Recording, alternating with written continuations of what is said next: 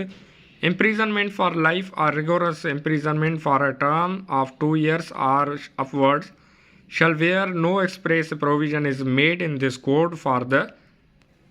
کہ اگر کوئی پارٹی جس نے کرمنل کنسپائریسی مطلب جرم کے لیے کوئی بھڑکایا ہو، کسی کو اکسایا ہو کہ وہ کوئی جرم کرے جو کہ جس کی سزائے موت یا پھر عمر قید ہوگی، تو اس صورت میں جو سزا دی جائے گی وہ 2 سال کے عرصے کی ہوگی اور اپورڈس یا اس سے زیادہ بھی ہو سکتی ہے. شل ویئر نو ایکسپریس اگر پاکستان پینل کوڈ میں اس کی سزا نہیں بتائی گئی کسی جرم کی، تو for the punishment of such a conspiracy be punished in the same manner as if he had abetted such offense. کہ اگر کسی پروویژن کی مطلب کسی جرم کی سزا نہیں بتائی گئی تو اس کی سزا اس طرح سے ہوگی کہ اس نے جیسے اس نے خود وہ عمل کیا ہو. Subsection 2 where is whoever is a party to a criminal conspiracy other than a criminal conspiracy to commit an offense punishable as aforesaid shall be punished with imprisonment of either discretion for a term not exceeding 6 months or with fine or with both. کہ اگر کوئی party کی جانب سے criminal conspiracy کی جاتی ہے کسی جرم کے لیے، تو اس کی جو سزا ہوگی اگر بیان نہیں کی گئی یا پھر نہیں بڑھ دی تو اس کی جو سزا ہوگی وہ کم سے کم 6 مہینے جرمانہ یا دونوں صورتوں میں مطلب سزا بھی ہو سکتی ہے اور جرمانہ بھی ہو سکتا ہے. اس کا مطلب کہ اوپر جو بیان کی گئی سزا ہے اگر اس کا پروویژن موجود نہیں ہے تو اس صورت میں پھر جو سزا ہوگی وہ کم سے کم پھر 6 مہینے کی سزا ہوگی. یہ تھا چیپٹر 5A جو آپ کے ساتھ شیئر کیا، اور اب اگلی ویڈیو میں آپ کے ساتھ چیپٹر 6 سے سٹارٹ کرنے جا رہا ہوں، اور اگلی ویڈیو میں ہم باقاعدہ chapter 6 of offences against the state, ریاست کے خلاف جو جرائم ہوتے ہیں ان کے متعلق باقاعدہ ہم تفصیلاً گفتگو کرنے جا رہے ہیں اور ان کو سمجھنے کی کوشش کریں گے.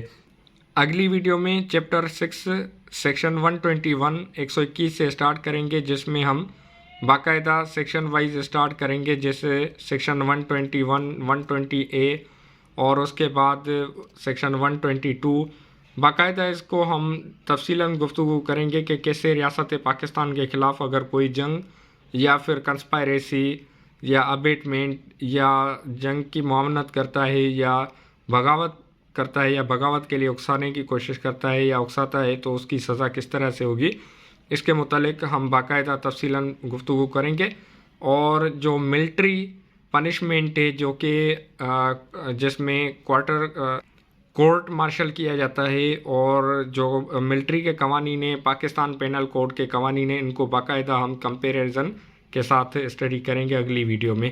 تو آپ سے اجازت طلب کروں گا، اور اجازت طلب کرنے سے پہلے آپ سے یہی کہوں گا کہ اگر آپ نے ابھی تک چینل سبسکرائب نہیں کیا تو برائے مہربانی چینل سبسکرائب کریں تاکہ آپ کو آنے والی ہر ویڈیو آپ تک پہنچ سکے، اور یہ ویڈیوز دوسروں کے ساتھ بھی شیئر کریں.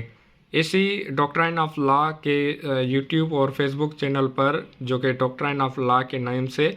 یوٹیوب چینل ہے، آپ کو اسی چینل پر Pakistan penal code, national accountability bureau, code of civil procedure, اس کے علاوہ دیگر قوانین کے موضوعات آپ کو مل سکیں گے. لا آفیسر کے آپ کو انٹرویوز مل سکیں گے بآسانی، جن کی مدد سے آپ انٹرویو سیریز کی مدد سے آپ اپنی تیاری کر سکتے ہیں انٹرویوز کے متعلق کہ ماضی میں کس طرح سے انٹرویوز کنڈکٹ کیے گئے ہیں، جن میں Sindh public service commission, federal public service commission اور دیگر انٹرویوز بھی موجود ہیں. میں آپ کو یہاں پر بتاتا چلوں کہ میرے اسٹارٹنگ کیریئر میں نے باقاعدہ پاسکو لا آفیسر کے لیے کوالیفائی کیا، اور جس کی اسٹینڈنگ میری نہیں بنتی تھی، جس کو پھر میں نے بعد میں چھوڑ دیا تھا، یا پھر یوں کہہ سکتے ہیں کہ میری سلیکشن نہیں ہوئی تھی کیونکہ تب 5 ایئر اسٹینڈنگ مانگی جا رہی تھی. اور پھر بعد میں نے inspector anti corruption Sindh public service commission کے ذریعے کوالیفائی کیا، لیکن پھر اس کو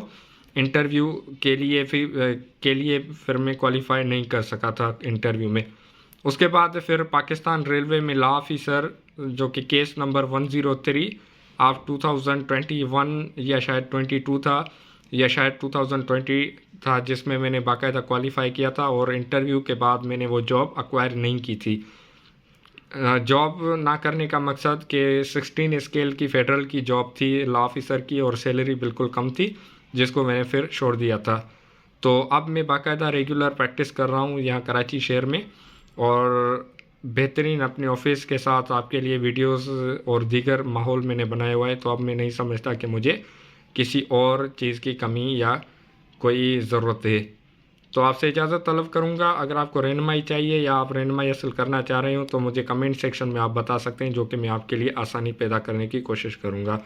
اپنا اور اپنے پیاروں کا بہت سارا خیال رکھیں. قانون پر خود بھی عمل کریں، دوسروں کو بھی تاکید کریں. پاکستان زندہ باد.